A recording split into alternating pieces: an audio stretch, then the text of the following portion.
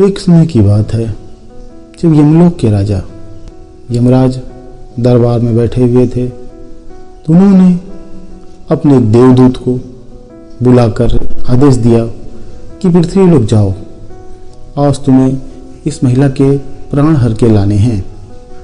देवदूत यमराज की आज्ञा मानकर पृथ्वी लोक पहुंचा।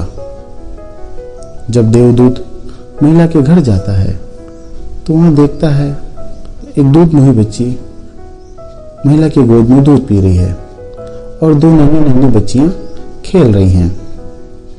देवदूत को यह देखकर दया आ जाती है। वो सोचता है कि यदि मैं इस महिला के प्राण हर लूंगा तो तीनों बच्चियों का क्या होगा, ये तो अनाथ हो जाएंगी, इनका कोई नहीं होगा। यह सोचकर देवदूत को दया आ जाती है। उस महिला के प्राण हरे बगैर यमराज के पास वापस आ जाता है और हाथ जोड़कर यमराज से निवेदन करता है कि हे प्रभु, मैं उस महिला के प्राण नहीं हर सकता हूँ। उस महिला के छोटे छोटे बच्चे हैं, उनका क्या होगा। मेरे मन में ऐसा विचार आया और मैंने उसे वहीं छोड़ दिया। तो यमराज बोले, हे देवदूत, तुमने विधि के विधान में दखल दिया है, इसका दंड तो तुम्हें भुगतना पड़ेगा। उस महिला के प्राण तो कोई दूसरा देवदूत जाके हर के ले आएगा, लेकिन तुमने जो अपराध किया है उसका दंड तुम्हें भुगतना पड़ेगा। इसकी सजा यह है, यमराज देवदूत को सजा सुनाते हैं कि तुम्हें पृथ्वी लोक में जाकर अपना जीवन बिताना पड़ेगा और तुम्हें मोक्ष की प्राप्ति जब भी होगी जब 3 बार तुम्हारे मुंह से स्वतः हंसी निकलेगी, तभी तुम यमलोक वापस आ सकते हो।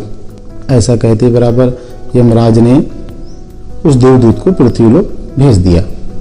जब देवदूत को पृथ्वीलोक में होश आता है, अपने आप को वो देवदूत घने झाड़ियों के बीच पाता है और उसके तन पर एक भी कपड़ा नहीं रहता है। वहीं पेड़ के किनारे एक मोची छोटा मोटा काम करके अपना गुजर बसर करता था। तो दूर से देखता है कि कोई व्यक्ति बेहोश पड़ा हुआ है। वो पास आता है और देवदूत के चेहरे पर पानी मारकर उसे उठाता है और उस देवदूत के तन पर एक भी कपड़ा नहीं रहता है। तो गरीब मोची अपने पास से एक कपड़ा निकालकर देवदूत को पहनने के लिए देता है। देवदूत वो कपड़ा पहन लेता है। मोची बोलता है कि हे मानव, लगता तुम भी मेरे जैसे ही कोई गरीब हो। तुमने लगता कई दिन से खाना नहीं खाया और तुम्हें चक्कर आके तुम बेहोश हो गए। तुम्हारे पास तो कहीं रहने का ठिकाना भी नहीं लग रहा है। तो देवदूत बोलता है, हाँ, मेरे पास रहने का कोई ठिकाना नहीं है। तो मोची बोलता है कि ठीक है, मैं तुम्हें रहने का ठिकाना अपने यहाँ दे दूंगा, तुम मेरे साथ मेरे घर चलो। लेकिन घर में मेरी जो पत्नी है वो बहुत बड़बड़ाती है, वो बहुत कटु वचन बोलती है। वो मुझे भी सुनाएगी और तुम्हें भी सुनाएगी। तुम चुपचाप से उसकी बात सुन लेना और मेरे घर रहना जब तक तुम चाहो। देवदूत मान जाता है और मोची के साथ उसके घर पहुंच जाता है। मोची की पत्नी देखती है कि अरे ये तुम किसे ले आए, और मोची को डांटती है कि तुम्हारे खुद के खाने का ठिकाना नहीं है और तुम एक और पुरुष को अपने घर ले आए। यह सुनकर देवदूत बड़ा आश्चर्य में पड़ जाता है कि अरे ये मोची तो इतना गरीब है, इसके खुद के रहने खाने का ठिकाना नहीं है, लेकिन यह मुझे खाने के लिए और रहने के लिए अपने घर में आमंत्रित किया। यह जानकर बड़ा आश्चर्यचकित हो जाता है कि ये मोची अपना कर्तव्य कितनी ईमानदारी से निभा रहा है और देवदूत के मुंह से पहली बार स्वतः हंसी छूट जाती है। अब मोची देवदूत को अपना काम धीरे धीरे सिखा देता है। अब देवदूत भी मोची का पूरा काम संभालने के बाद वो नए नए जूते बनाने लगता है, जिसके कारण मोची की ख्याति पूरे राज्य में फैल जाती है और मोची के पास नए नए जूते के ऑर्डर आने लगते हैं। ऐसे ही एक समय की बात है जब राजा तक एक खबर पहुंचती है।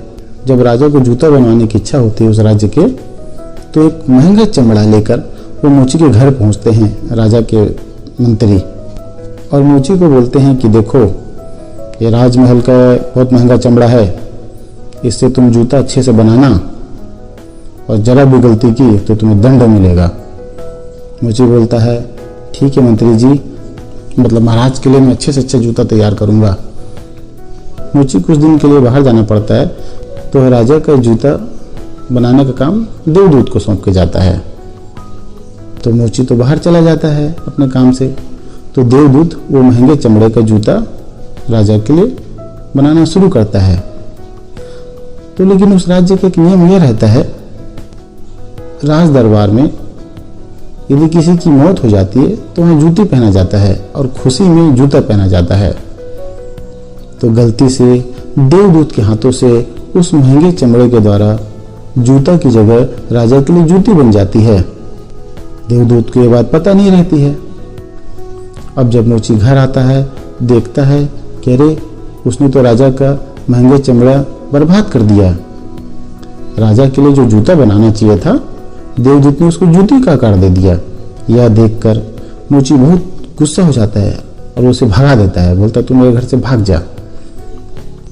उसी समय राजा की मृत्यु हो जाती है और राजा के मंत्री तुरंत आते हैं और बोलते हैं हे मोची, तुमने जूता तो नहीं तैयार किया ना, अब क्या करो, उस महंगे चमड़े का जूते तैयार कर दो, क्योंकि राजा का देहांत हो गया कल रात को।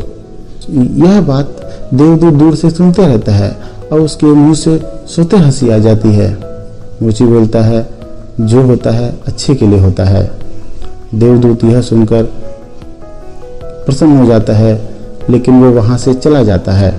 अब देवदूत मोची का घर छोड़कर सालों इधर उधर भटकते रहता है।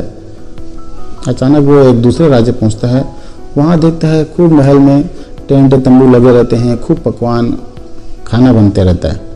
अब देवदूत को भूख लगी रहती है। देवदूत उस राज्य में खाना खाने के लिए महल के अंदर जाता है।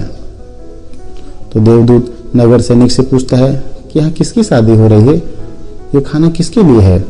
तो नगर सैनिक बताता है कि हे मानव, ये यहाँ की 3 राजकुमारियों की शादी हो रही है, 3 राजकुमारों के साथ। तो बोलता अच्छा। तो नगर सैनिक बताते हैं ये 3 लड़कियों को हमारी महारानी ने गोद लिया था। जो राज्य के बाहर एक झोपड़ी में रहती थी, उनकी माँ बहुत पहले ही मर गई थी, ऐसे 20 साल पहले, और तीनों लड़कियों को राजकुमारी ने गोद ले लिया था। और उन्हीं लड़कियों की शादी 3 राजकुमारों के साथ हो रही है। यह सुनकर देवदूत को अपनी पुरानी बात याद आ जाती है कि इस महिला को तो मैंने ही जीवन दान दिया था। मैं सोचा था कि ये तो अनाथ हो जाएंगी बच्चियां, लेकिन कहते हैं जो होता है अच्छे के लिए होता है। तीनों बच्चियों की माँ नहीं रही तो आज वो राजकुमारी जैसा जीवन जी रही तीनों लड़कियां। उनको यहाँ की महारानी ने गोद लेकर तीनों लड़कियों की शादी 3 राजकुमार के साथ करके उन्हें एक अच्छा जीवन दान दिया है। तीसरी बार देवदूत स्वतः हंसी आ जाती है और उसके मन से अपने आप निकलता है कि जो होता है प्रभु अच्छे के लिए होता है। यह बोलते ही उसे मोक्ष मिल जाता है और वो पुनः देवदूत यमराज के पास पहुंच जाता है। तो यमराज पूछते हैं क्यों देवदूत, क्या हुआ, क्या सीखा पृथ्वी में। तो बोलता प्रभु मुझे क्षमा करिएगा, मैं समझ गया कि जीवन में हमारे जो भी घटनाएं होती हैं सब प्रभु की माया है।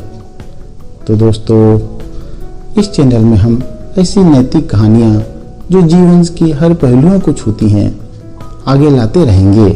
कभी कभी जीवन में कुछ घटनाएं ऐसी हो जाती हैं जो हमारे जीवन के लिए अच्छी होती हैं।